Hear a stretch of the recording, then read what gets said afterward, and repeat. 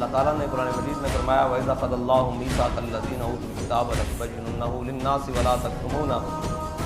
فرمایا کہ یاد کرو جدو تسی اللہ تعالیٰ نال عہد کیتا، وعدہ کیتا، پکا کیتا،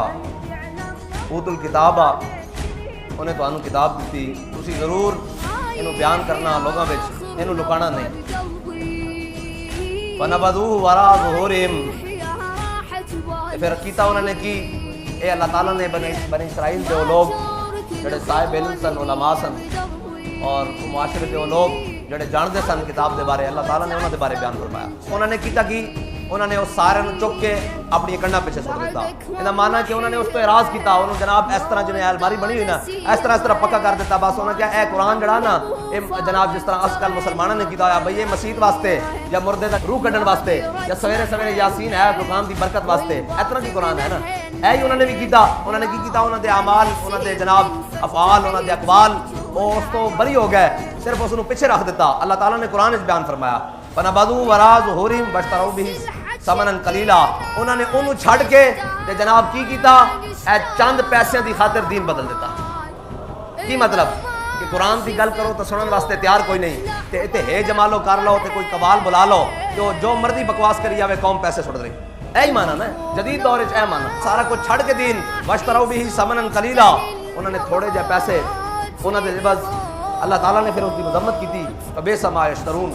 خالق ہو کے کہہ رہا کہ ایڈا برا سودا کیتا ہے، ایڈی بری خریداری کی نے، ایڈا مندہ سودا کیتا نے۔ بہرحال یہ آیت دا معنی ہے کہ جب اللہ تعالیٰ نے انہوں نے مخاطب ہوئے نا کہ اس دے اتنے محدثین نے لکھا کہ اس دا معنی کی ہے، انہوں نے کی چھپایا، محدثین نے لکھا چھپایا ہے کہ میرے آقا و مولا صلی اللہ تعالیٰ علیہ وسلم دے جڑے اوصاف سن نا، حضور دے جڑے شان و کمالات سن، جڑی اپنی قوم نو دسنے سن کہ بھائی امام الانبیاء آن گے، انہاں دیاں اے شانہ ہون گیاں، انہاں دا اے مقام ہوئے گا، انہوں نے اے اپنی قوم کو لکایا اور اس دے بدلے تھوڑے تھوڑے پیسے لے۔ اور گل سمجھ آئی کہ نہیں گئی؟ جدو حضور دی گل آ جاوے تے کوئی اپنا بستہ چک کے جناب وزیر اعظم ہاؤس دے جناب طواف کر رہے ہوئے یا کوئی گورنر ہاؤس دے طواف کر رہے ہوئے اور ایک ٹکٹ دی خاطر دین بیچ دے یا ایک MNA شپ اور MPA شپ کی خاطر دین بیچ دے، لا تحسبن الذین یفرحون بما اتوا ویحبون ان یحمدوا بما لم یفعلوا، میں وہ چاہندے کہ جو انہوں نے نہیں کیتا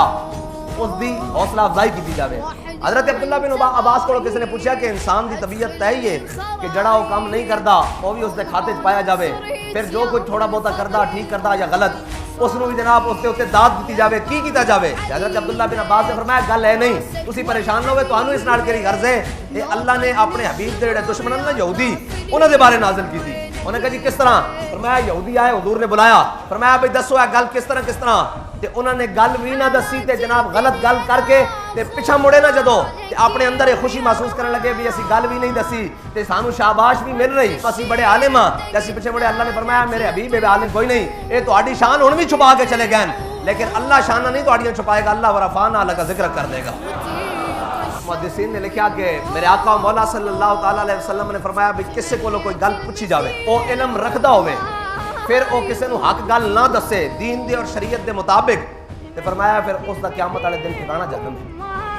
یہ معنی ہے کہ اسی جدو ناموس رسالت کا کوئی مسئلہ ہو جاوے نا فتویٰ ترتیب دینے ہاں، فتویٰ ترتیب دے کے اسی بہت سارے جناب دینی اور اصلاحی مراکز بھیجتے ہیں تے جدو اسی فتویٰ طلب کرتے ہیں تو وہ کہتے ہیں جناب ہمارے ادارے کی یہ پالیسی نہیں ہے، اگر تسی حق گل نہیں دس سکتے، مفتی نہیں کہلا سکتے، جڑا مفتی ہوئے علم جاندا ہوئے، اللہ رسول دا قانون جاندا ہوئے، شریعت جاندا ہوئے، حدیث جاندا ہوئے، قرآن جاندا ہوئے، او تا جناب تختہ دار تے بھی لٹکایا جا رہا ہوئے تو اس کو پوچھا جاوے جناب دس تیرا کی پروگرام ہے اور سامنے کوئی بچڑ کی امید بھی نہ ہوئے، راتی استریاں بھی پھر چکیاں ان جسم دے ہوتے، نمک مرچ بھی بھر دیتے جان، وہ پوچھے ہاں جی تہاڈا کی پروگرام ہے، وہ کہے گا کوئی گل باقی رہے گا، نئے چمن رہ جائے گا پر رسول اللہ کا دین حسن رہ جائے، اور ہم سفیروں باغ میں ہے کوئی دم کا چہچہا، بلبلیں اڑ جائیں گی سونا چمن رہ جائے گا، اور جو پڑے گا صاحب لولاک کے اوپر درود آگ سے محفوظ اس کا، اور سب فنا ہو جائیں گے سب،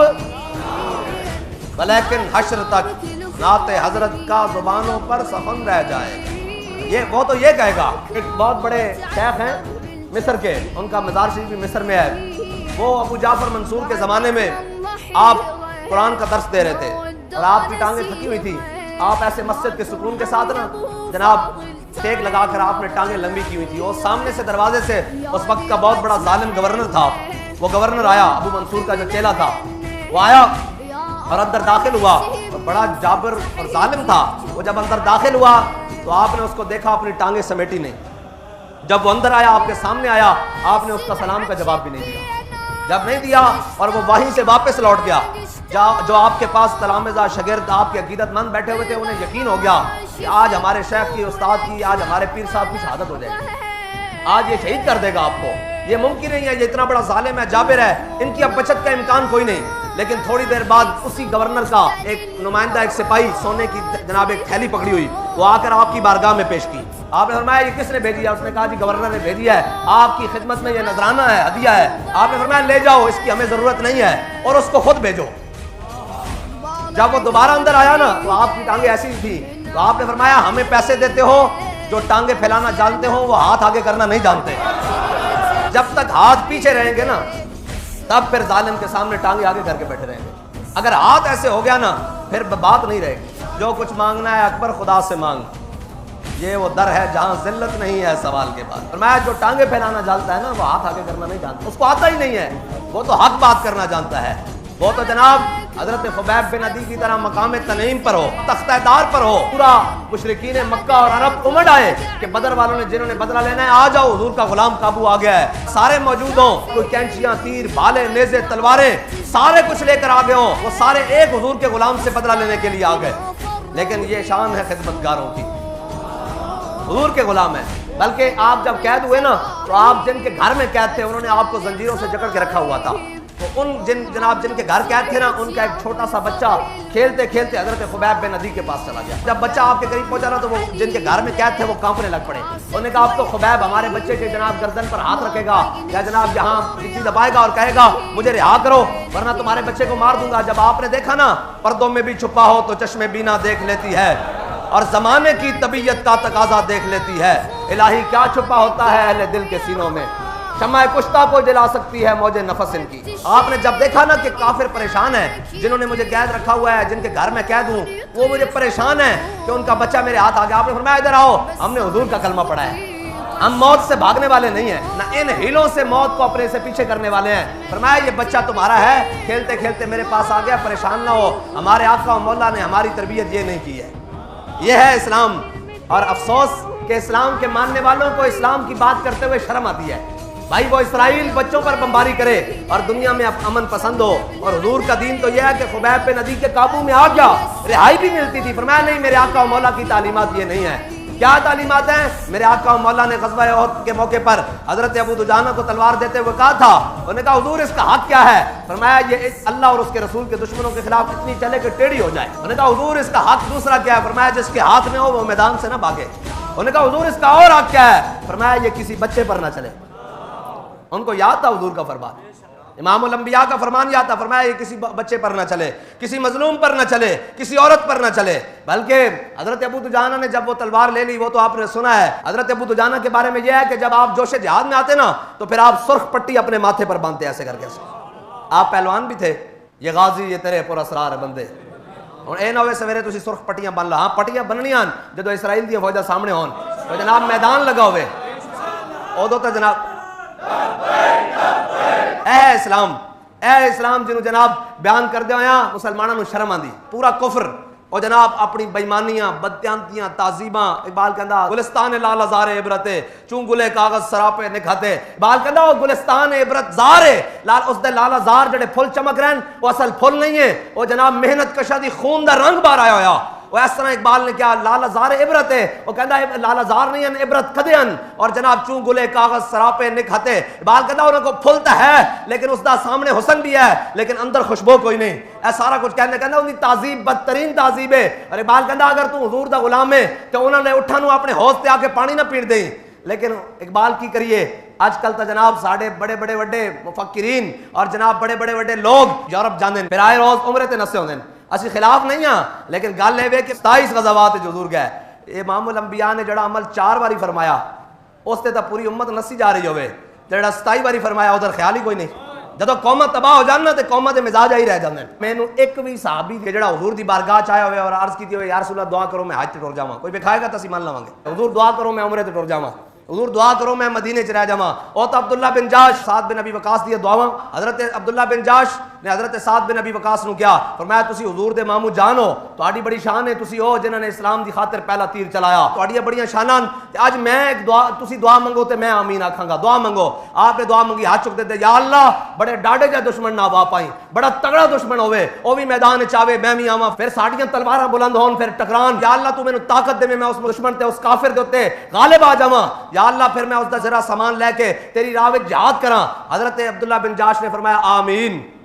ہن حضرت عبداللہ بن جاش نے حضرت سعد بن ابی وقاص نو عرض کیتی, فرمایا میں ہن دعا منگدا تساں آمین آکھنی. حضرت عبداللہ بن جاش نے دعا منگی, کیا یا اللہ آج تیری راہ وچ سامنے صفن کھڑیاں, آج بڑے ڈاڈے جا دشمن نہ وا پوے, ادھروں او مینوں پکارے ادھروں میں پکاراں, او بھی باہر آوے صف چوں میں بھی باہر آواں, پھر ساڈے آپس دوواں تے تلواراں ٹکران. یا اللہ پھر او میرے تے غالب آ جاوے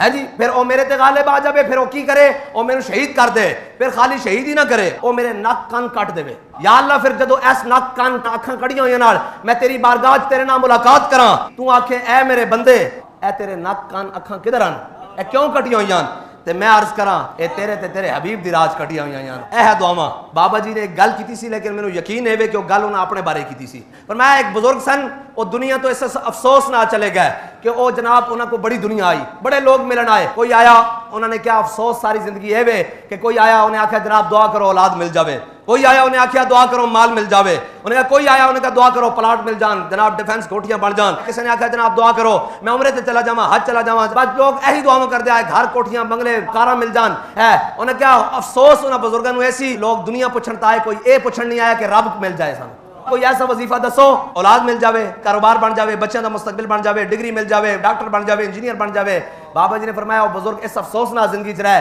کہ کسی نے اے نہیں آ کے آکھیا کہ علامہ صاحب سانو کوئی ایہو جی گل دسو کہ رب مل جاوے, اس دے حبیب دی محبت مل جاوے. اے دنیا مسافر خانہ تے رب جانے کی پکدا ہو, بنا مقدر ملدا نہیں تے دیکھی رہ ترکدا ہو. میرے آقا مولا صلی اللہ تعالیٰ علیہ وسلم نے فرمایا نا جو رب دے تھوڑے دیتے تے راضی ہو گیا اس دے تھوڑے عمل تے بھی راضی ہو گیا. یا ابا ذر جدد السفینۃ فإن البحر عمیق. حضرت ابو ذر غفاری جیسے بندے حضور نے تلقین کی تھی. حضور نے حضرت ابو ذر غفاری جنہاں دا جناب آپ دی شان تے رات دا کھادا سویرے رکھنا بھی شان توکل دے خلاف ہے. اللہ اکبر. رات دا کھا کے تے جو بچدا سی آپ بن دیندے سن. لوگ کہتے ہیں حضور سویرے کی کرو گے, آپ نے فرمایا تینوں رب تے اتنا یقین نہیں جنہیں راتی دیتا وہ سویرے بھی دے گا. اللہ تعالیٰ تو آنو تے مینوں حضور دے نال پکی سچی محبت کرن دی توفیق عطا فرمائے اور دین دی اساس نو اپنے اوتے اور اپنے اہل خانہ دے اوتے نافذ کرن دی توفیق عطا فرمائے. دین نبی دا بانگ یتیماں روے تے کرلاوے, کتھوں لیاواں عمر پیارا جڑا اینو سینے نال لاوے ہے جی. اج بیت المقدس دیاں دیواراں وی روندیاں, کوئی ہوے کوئی صلاح الدین ایوبی دا منن والا. عید گزری نا, عید آزاداں شکوہ ملک دی است, عید غلاماں ہجوم مومنین است. کہندا آزادہ دی عید ہوے تو خالی اللہ اکبر کرے تے جناب قسطنطنیہ دے کلے ہل جان. سلطان محمد فاتح جیسا بندہ جا کے قسطنطنیہ دے کلے ہلا دے وے. بال کہندا غلاماں دی عید ویکھنی ہوے تے ویکھی جناب بھیڈاں دا اجڑ جا رہے گا, اگے ایک جناب بندہ جا رہے گا, پیچھے بھیڈاں سر جا کے جناب جا رہی ہون گیاں. عید آزادہ کی ہے ماہ شوال دا چند نظر آیا تے روزے رکھے, صحابہ نے جنگ کی تھی تے انہوں نے کہا جناب ماہ شوال دا چند نظر آ گیا مبارک ہوے سویرے عید ہے. حضرت خالد بن ولید نے کہا انشاءاللہ سویرے عید ہوئے گی. ساری رات صحابہ نے اللہ دی بارگاہ نفل پڑھے, جب سویرے ہوئے نا تے عید پڑھی اور سامنے رومیاں دا لشکر موجود ہے اور عین اس مقام تے